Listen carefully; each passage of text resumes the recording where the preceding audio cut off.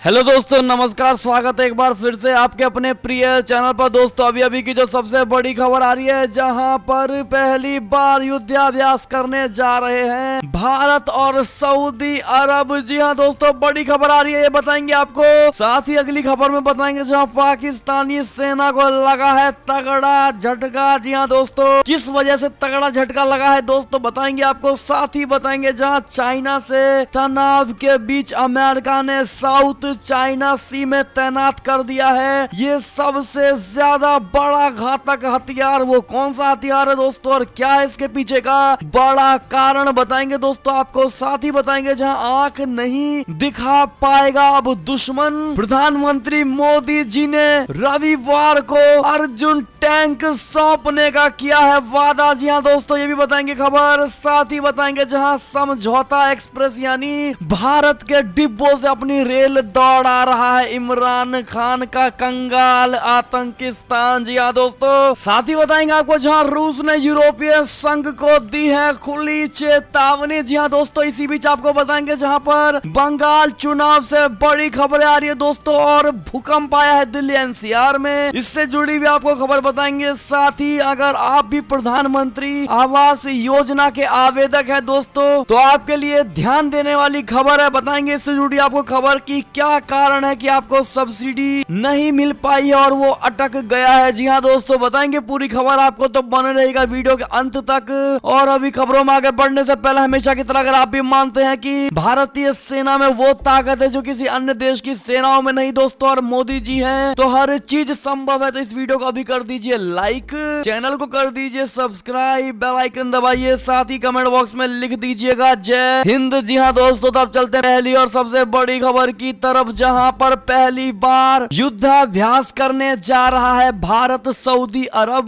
पाकिस्तान की ऐसे उड़ेगी नींद। जी हाँ दोस्तों, सऊदी अरब और भारत जल्द ही द्विपक्षीय सैन्य अभ्यास करने जा रहे हैं। ये अब तक के इतिहास में इन दोनों देशों के बीच पहला युद्धाभ्यास होगा। आज से पहले सऊदी अरब अपनी सेना को युद्ध की बारीकियां सिखाने के लिए पाकिस्तान और अमेरिका के भरोसे रहता था, लेकिन मोदी सरकार की विदेश नीति और हाल में ही भारतीय सेना के प्रमुख जनरल एम नरवणे की रियाद यात्रा के बाद सऊदी अरब की विदेश नीति में बड़ा बदलाव देखा जा रहा है दोस्तों। वियोन की रिपोर्ट के अनुसार ये युद्धाभ्यास सऊदी अरब में आयोजित किया जाएगा। इसके लिए भारतीय सेना का एक दल कुछ महीने में सऊदी अरब के दौरे पर जा सकता है। इस युद्धाभ्यास से न केवल सऊदी अरब की सेना की ताकत में इजाफा होगा, बल्कि खाड़ी के देशों में रणनीतिक हालात में भी बड़ा बदलाव होगा दोस्तों। पिछले साल के अंतिम महीने में भारतीय सेना प्रमुख जनरल एम नरवणे संयुक्त अरब अमीरात और सऊदी अरब के ऐतिहासिक दौरे पर पहुंचे थे। यह भारत के किसी भी सेना प्रमुख का सऊदी अरब और यूएई का पहला दौरा था। इस दौरान उन्होंने न केवल दोनों देशों के सेना प्रमुखों से मुलाकात की, बल्कि यहाँ के बड़े स्तर के कई नेताओं के साथ भी बैठकें की थी दोस्तों। और यही कारण है कि सऊदी अरब ने भारत के साथ युद्धाभ्यास करने का निर्णय ले लिया है। क्या कहते हैं दोस्तों ऐसे में? और सऊदी भारत के इस युद्धाभ्यास को लेकर आप अपनी क्या प्रतिक्रिया देना चाहेंगे दोस्तों, कमेंट करके जरूर बताइएगा। और कितने लोगों को खुशी हुई है, क्योंकि अब तक का ये सबसे पहली बार युद्धाभ्यास इन दोनों देशों के बीच होने वाला है। तो अपनी राय अवश्य दीजिएगा दोस्तों, देखते हैं क्या कहते हैं आप लोग। चलते हैं दूसरी और सबसे बड़ी खबर की तरफ, जहां पाकिस्तानी सेना को बड़ा झटका लगा। दक्षिणी वजीरिस्तान में विद्रोहियों के हमले में 4 सैनिकों की मौत। जी हाँ दोस्तों, पाकिस्तानी सेना को देश के अशांत दक्षिणी वजीरिस्तान इलाके में बड़ा झटका लगा है। दक्षिणी वजीरिस्तान में एक चेक पोस्ट पर विद्रोहियों के भीषण हमले में 4 पाकिस्तानी सैनिक मारे गए हैं। आपको बता दें कि बताया ये जा रहा है कि यह हमला गुरुवार रात को हुआ।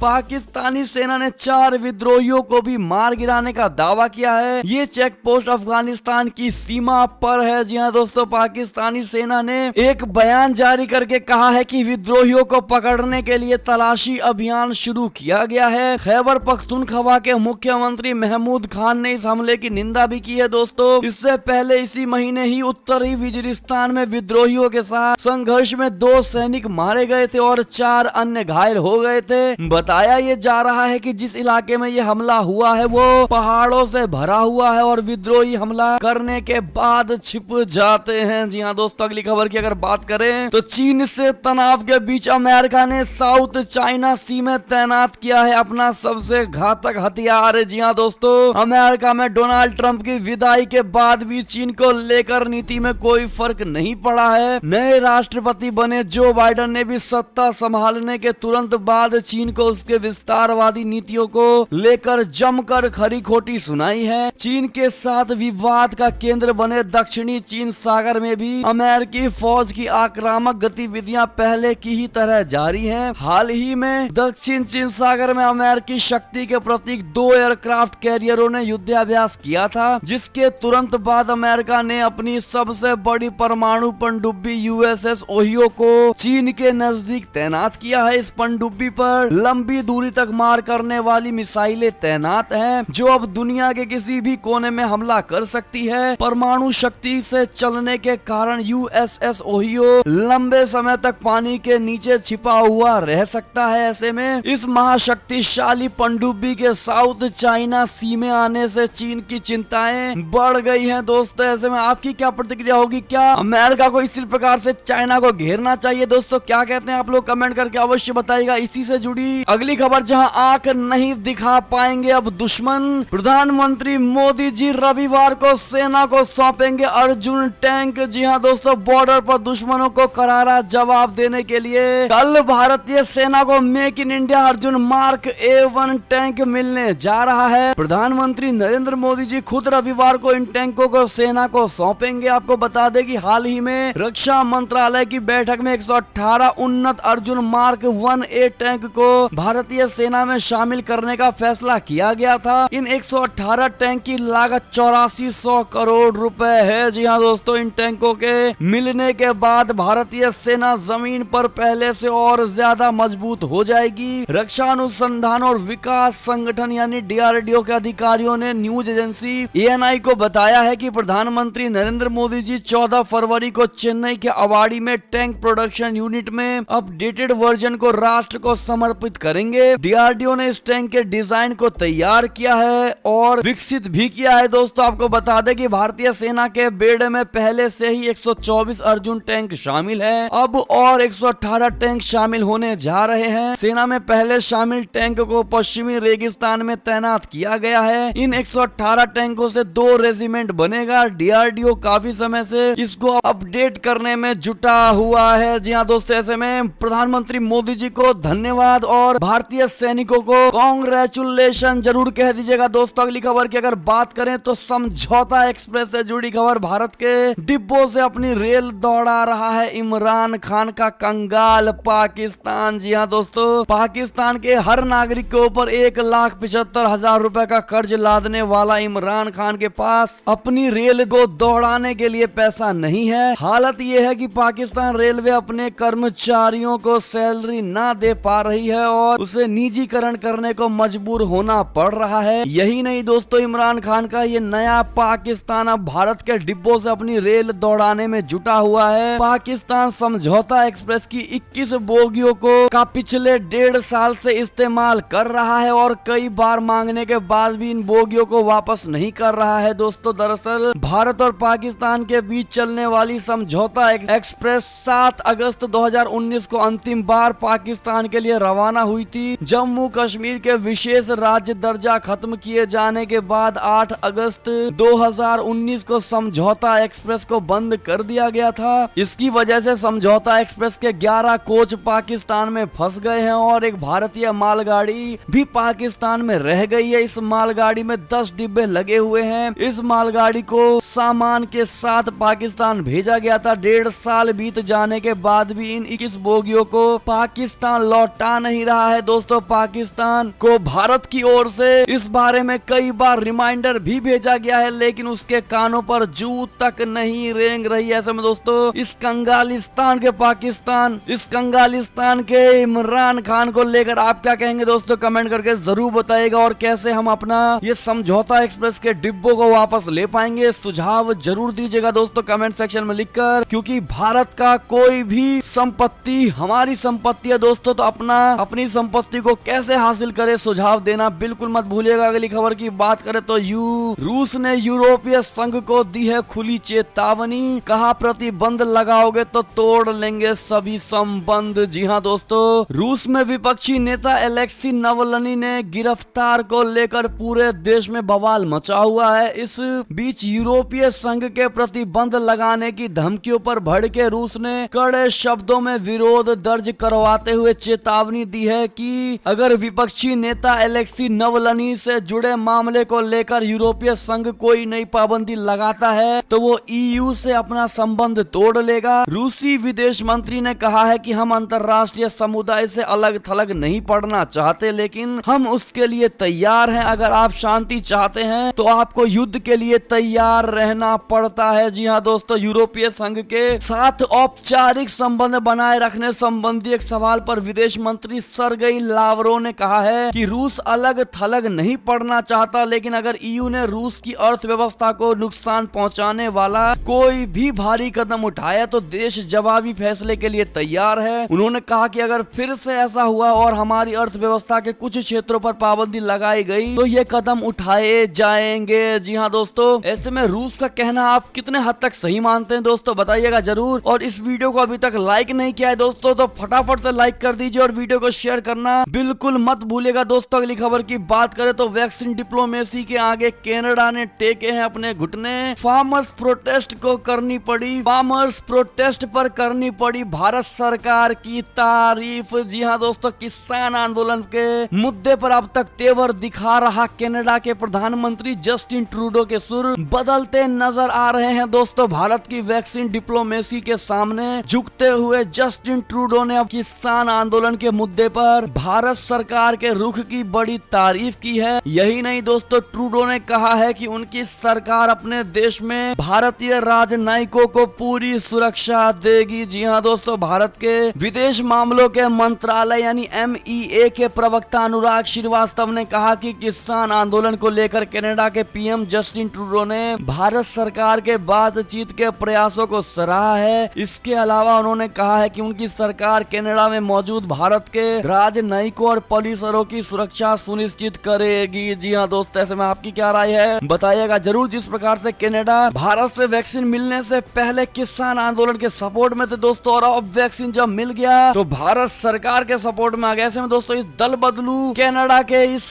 प्रधानमंत्री की राय को लेकर आप क्या कहना चाहेंगे दोस्तों, अपनी राय अवश्य दीजिएगा। चलते हैं अगली खबर की तरफ, जहां भारत चाइना तनाव पर बोला अमेरिका। कहा शांतिपूर्ण समाधान की कोशिशें हैं जारी, हम निकटता से नजर रखेंगे। जी हाँ दोस्तों, भारत और चीन के बीच लद्दाख में बीते कई महीनों से तनाव जारी है, जिसे कम करने की पूरी कोशिश की जा रही है। इस मामले पर अब अमेरिका की ओर से भी प्रतिक्रिया आई है दोस्तों। अमेरिका ने कहा है कि वो पूर्वी लद्दाख में तनाव कम करने के भारत और चीन की कोशिशों का दिल से स्वागत करता है। उसने कहा है कि दोनों पक्ष एक शांतिपूर्ण समाधान यानी इंडिया चाइना करंट सिचुएशन की कोशिश कर रहे हैं। ऐसे में वो हालात पर निकटता से नजर रखना जारी रखेगा। जी हाँ दोस्तों, अगली खबर की अगर बात करें ऐसे में तो भेदभाव खत्म करो, नेपाल में सैकड़ों महिलाओं ने निकाली है रैली, प्रस्तावित कानून रद्द करने की मांग कर डाली है। दोस्तों बता दें, नेपाल में महिलाओं के खिलाफ बढ़ते भेदभाव और हिंसा से परेशान होकर सैकड़ों महिला अधिकार कार्यकर्ताओं और उनके समर्थकों ने सड़कों पर उतरकर रैली निकाली है। इन्होंने हिंसा और अपराध को खत्म करने की अपील करते हुए एक प्रस्तावित कानून यानी प्रोपोज्ड लॉ इन नेपाल को रद्द करने की मांग की। ये वो कानून है जिसके तहत कई महिलाओं पर यात्रा प्रतिबंध लगाया जा सकता है। आपको बता दें, काठमांडू के प्रमुख इलाके में प्रदर्शनकारियों ने समानता की मांग करते हुए नारेबाजी भी की है। दोस्तों, कार्यकर्ताओं ने कहा है कि देश का संविधान महिलाओं को समान अधिकारों की गारंटी देता है, फिर भी इसे सच साबित करने के लिए काफी कुछ किया जाना बाकी है। चलते हैं अगली खबर की तरफ दोस्तों, जहां पर म्यांमार में बिगड़ते हालात पर संयुक्त राष्ट्र मानवाधिकार परिषद का अत्यावश्यक सत्र। जी हाँ दोस्तों, म्यांमार में प्रदर्शन पर रोक है, इसके बावजूद लोग सड़कों पर उतरकर देश में हुए सैन्य तख्ता पलट का पुरजोर विरोध कर रहे हैं। ऐसे में शुक्रवार को संयुक्त राष्ट्र मानवाधिकार परिषद यानी UNSC में म्यांमार में सैन्य तख्ता पलट पर चर्चा के लिए अत्यावश्यक सत्र आयोजित किया है। ये सत्र 47 सदस्यीय संस्था के साथ फिर से संबंध स्थापित करने की अमेरिका की घोषणा के बाद आयोजित किया गया गया है दोस्तों। वैसे तो परिषद के पास म्यांमार पर प्रतिबंध लगाने की शक्ति नहीं है, लेकिन वो मानवाधिकार उल्लंघनों पर राजनीतिक स्तर पर ध्यान आकर्षित कर सकता है। गौरतलब है कि अमेरिकी प्रशासन ने म्यांमार में तख्ता पलट करने वाले नेताओं पर पहले ही प्रतिबंध लगा दिया है। अगली खबर की बात करें दोस्तों, जहां ब्रिटेन के लिए भारी पड़ रहा है ब्रेक्जिट। यूरोपियन यूनियन की तुलना में उसे होगा काफी ज्यादा नुकसान। जी हाँ दोस्तों, ब्रेक्जिट यानी जो कि ब्रिटेन के ईयू के अलगाव है, उनके बाद ब्रिटेन के लिए बुरी खबरों का दौर थमता नजर नहीं आ रहा। देश में बढ़ती महंगाई और कारोबार में मुश्किलों के बीच अब ये खबर आई है कि ब्रेक्जिट के कारण ब्रिटेन को यूरोपियन यूनियन की तुलना में 4 गुना ज्यादा नुकसान होगा, और ये अनुमान यूरोपीय आयोग के एक अध्ययन में लगाया गया है। आयोग ने कहा है कि ब्रिटेन की बोरिस जॉनसन सरकार जिन शर्तों पर ईयू से अलग हुई है, उसके कारण 2022 के अंत तक ब्रिटेन के सकल घरेलू उत्पाद यानी जीडीपी में 2.25% की गिरावट आएगी, जबकि इस कारण ईयू के जीडीपी में सिर्फ 0.5% की कमी होगी। चलते हैं अगली खबर की तरफ दोस्तों, जहां पाकिस्तान में गिरा है मस्जिद का गुंबद, जिसमें मलबे में दबकर 3 लोगों ने गंवाई है जान और 11 लोग हुए बुरी तरह घायल। जी हाँ दोस्तों, अगली खबर की बात करें तो क्यों अब भारत की तरह ही जर्मनी में प्रदर्शन कर रहे हैं किसान, निकालनी पड़ी ट्रैक्टर रैली। जी हाँ दोस्तों, भारत में पिछले करीब 3 महीने से किसान आंदोलन जारी है। भारत से हजारों किलोमीटर दूर जर्मनी में भी इन दिनों किसान प्रदर्शन पर बैठे हैं। जहां भारत में किसान नए किसान बिल को लेकर प्रदर्शन कर रहे हैं, तो वहीं जर्मनी में एंजेला मार्केल सरकार की तरफ से आए नए पर्यावरण नियमों को लेकर विरोध हो रहा है। यहाँ पर किसान सरकार से और ज्यादा बातचीत की मांग कर रहे हैं। उनका कहना है कि कृषि के क्षेत्र में चुनौतियां लगातार बढ़ती जा रही हैं और इसे सुलझाने के लिए बातचीत बेहद जरूरी है। दिलचस्प बात यह है दोस्तों कि जिस तरह से भारत में किसानों ने ट्रैक्टर रैली निकालकर सरकार का विरोध किया, उसी प्रकार से जर्मनी में भी किसानों ने ट्रैक्टर की मदद से अपना विरोध जताया है। चलते हैं दोस्तों अगली खबर की ओर, जहां पर सूख गई मेकांग नदी, चीन ने बांध बनाकर रोका 5 देशों का पानी, 7 करोड़ लोग हुए प्रभावित। जी हाँ दोस्तों, दुनिया के सामने चीन का अमानवीय चेहरा एक बार फिर बेनकाब हो गया है दोस्तों। चीन ने बड़े बड़े बांध बनाकर दक्षिण पूर्व एशिया की गंगा कही जाने वाली मेकांग नदी का प्रवाह ही रोक दिया है। ड्रैगन की इस करतूत के कारण कंबोडिया, लाओस, थाईलैंड, म्यांमार और वियतनाम में हाहाकार मचा हुआ है। मेकांग नदी आयोग ने शुक्रवार को चिंता जताते हुए कहा है कि नदी में जल स्तर का स्तर वास्तव में चिंतनीय स्तर तक कम हो गया है। चीन के इस कदम से 5 देशों के लगभग 7 करोड़ लोग प्रभावित हुए हैं। दोस्तों चलते हैं अगली खबर की ओर, जहां पर विदेश मंत्रालय की प्रेस वार्ता में कहा गया है कि दुनिया को वैक्सीन तो सीरिया को चावल, विश्व समुदाय की भारत ने की है मदद। जी हाँ दोस्तों, भारत ने कोरोना महामारी के दौर में भी विश्व के अन्य देशों के प्रति हमेशा की तरह ही मदद का हाथ बढ़ाया है। दोस्तों अब तक विश्व समुदाय के लिए 229.7 लाख यानी करीब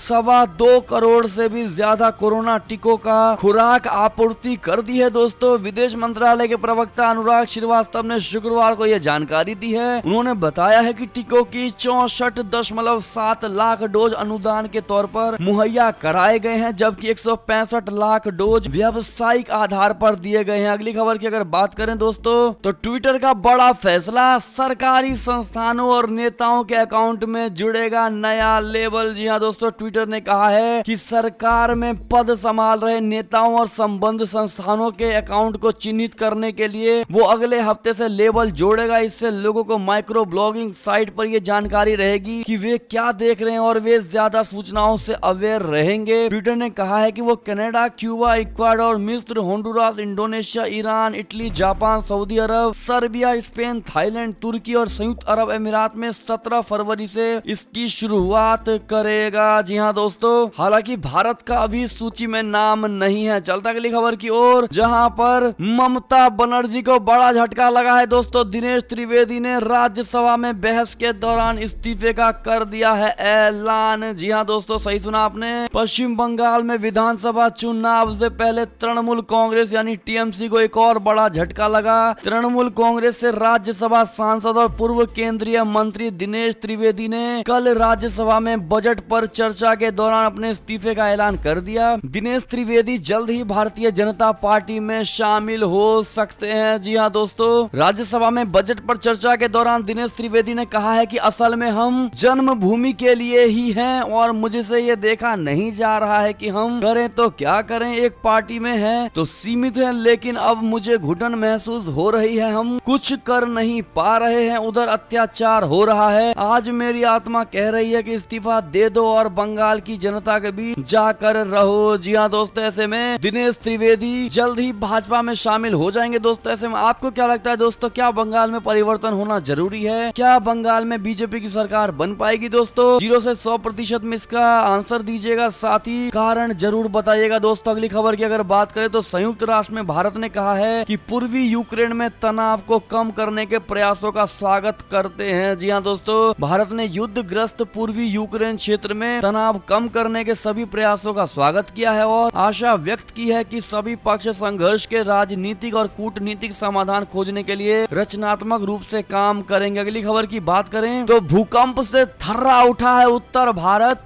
दिल्ली एनसीआर में भी लोगों ने देर तक महसूस किए हैं भूकंप के झटके। जी हाँ दोस्तों, उत्तर भारत में भूकंप के तेज झटके महसूस किए गए हैं। रात 10:31 बजे आए भूकंप से दिल्ली एनसीआर थर्रा गया। भूकंप का असर हरियाणा, राजस्थान, हिमाचल प्रदेश, जम्मू कश्मीर, उत्तराखंड में भी हुआ है दोस्तों। तो वहीं पहला भूकंप का केंद्र ताजिकिस्तान बताया जा रहा है, जहां रेक्टर स्केल पर भूकंप की तीव्रता 6.3 मापी गई है। दोस्तों भूकंप का दूसरा केंद्र पंजाब के अमृतसर के पास था, वहां 10:34 पर भूकंप आया था। अमृतसर में घरों में नुकसान पहुंचने की सूचना मिली है। नेशनल सेंटर फॉर सेस्मोलॉजी से मुताबिक अमृतसर में रिक्टर स्केल पर भूकंप की तीव्रता 6.1 दर्ज की गई है। ऐसे में दोस्तों कितने लोगों को पता चला है कि भूकंप आया था, कमेंट करके बताइएगा। दोस्तों जितने लोग दिल्ली एनसीआर के रहने वाले हैं बताइएगा जरूर। अगली खबर की अगर बात करें तो जल्द ही हो जाएगा 12 एमएलसी का मनोनयन।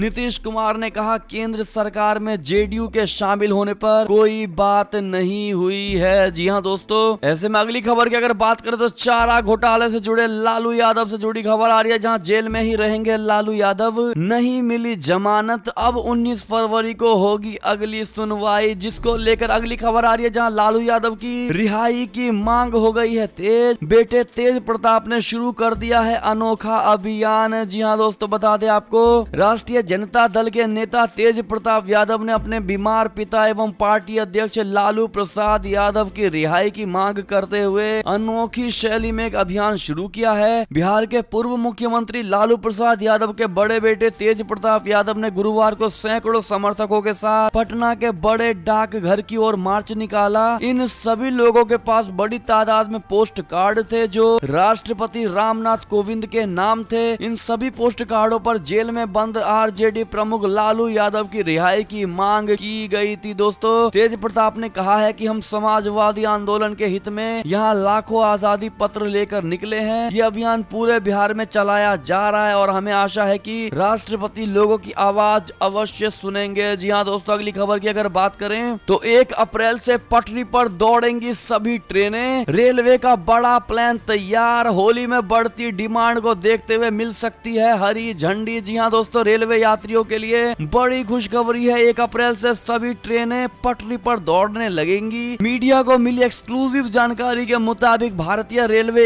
1 अप्रैल 2021 से सभी ट्रेनों को परिचालन शुरू कर सकता है। इसके लिए रेलवे ने तैयारी भी पूरी कर ली है। दोस्तों ऐसे में कितने हमारे भाई बहन है जो होली पर अपने घर जाते हैं या घर से दिल्ली, बम्बई कहीं भी जाते हैं, दोस्तों कमेंट करके जरूर बताइएगा। जिनको लिए ये बड़ी अच्छी खबर थी बताना बिल्कुल मत भूलिएगा। अगली खबर की अगर बात करें तो प्रधानमंत्री आवास योजना यानी PMAY के आवेदक ध्यान दे, इन कारणों से अटकी है होम लोन सब्सिडी। जी हाँ दोस्तों, केंद्र सरकार की प्रधानमंत्री आवास योजना हर आम आदमी के खुद के घर का सपना पूरा करती है। सरकार का उद्देश्य है कि 2022 तक हर भारतीय अपने मकान का मालिक हो। इसके तहत सरकार जनता को 2.67 लाख रुपए की छूट दे सकती है। हालांकि कोरोना महामारी के चलते सब्सिडी नहीं मिल पा रही है। दोस्तों लाखों लोग इस योजना के तहत सब्सिडी पाने का इंतजार कर रहे हैं। आपको बता दें दोस्तों कि सब्सिडी अटकने का मुख्य कारण क्या है। प्रधानमंत्री आवास योजना में छूट का लाभ आय सीमा 3 लाख, 6 लाख और 12 लाख रुपए को मिलती है। अगर किसी व्यक्ति की आय 3 लाख रुपए है और 2.67 लाख की छूट मिलती है। इस तरह 6 लाख इनकम वाला LIG और 6 से 12 लाख वाला MIG और 12 लाख से ऊपर वाला MIG दो श्रेणी में आते हैं। अगर किसी के आय और घर श्रेणी में अंतर होता है तो सब्सिडी रुक जाती है दोस्तों। इसी प्रकार से दूसरा कारण है कि प्रधानमंत्री आवास योजना में छूट उनको ही मिल सकती है जिसका पहले से कोई घर ना हो। तीसरा कारण है इस योजना के तहत छूट लेने के लिए जरूरी है प्रॉपर्टी की मालिकी या सह उधारकर्ता महिला हो। आधार और दस्तावेज के नाम में अंतर और फॉर्म में भरते समय गलतियां होने के कारण भी सब्सिडी मिलने में देरी हो सकती है। ऐसे में हमारे कितने भाई बहन हैं यहाँ जिनकी सब्सिडी रुकी हुई है दोस्तों, अब तक उनको पैसा नहीं मिल पाया है, वो कमेंट करके जरूर बताइएगा। हम कोशिश करेंगे आपको आपके सवालों का जवाब जरूर देंगे दोस्तों। ऐसे में ये थी अब तक की सारी बड़ी खबरें। आपको हमारी खबरें कैसी लगी? आशा करता हूँ बेहद अच्छी लगी होगी दोस्तों। अगर जरा भी अच्छी लगी तो हमेशा की तरह इस वीडियो को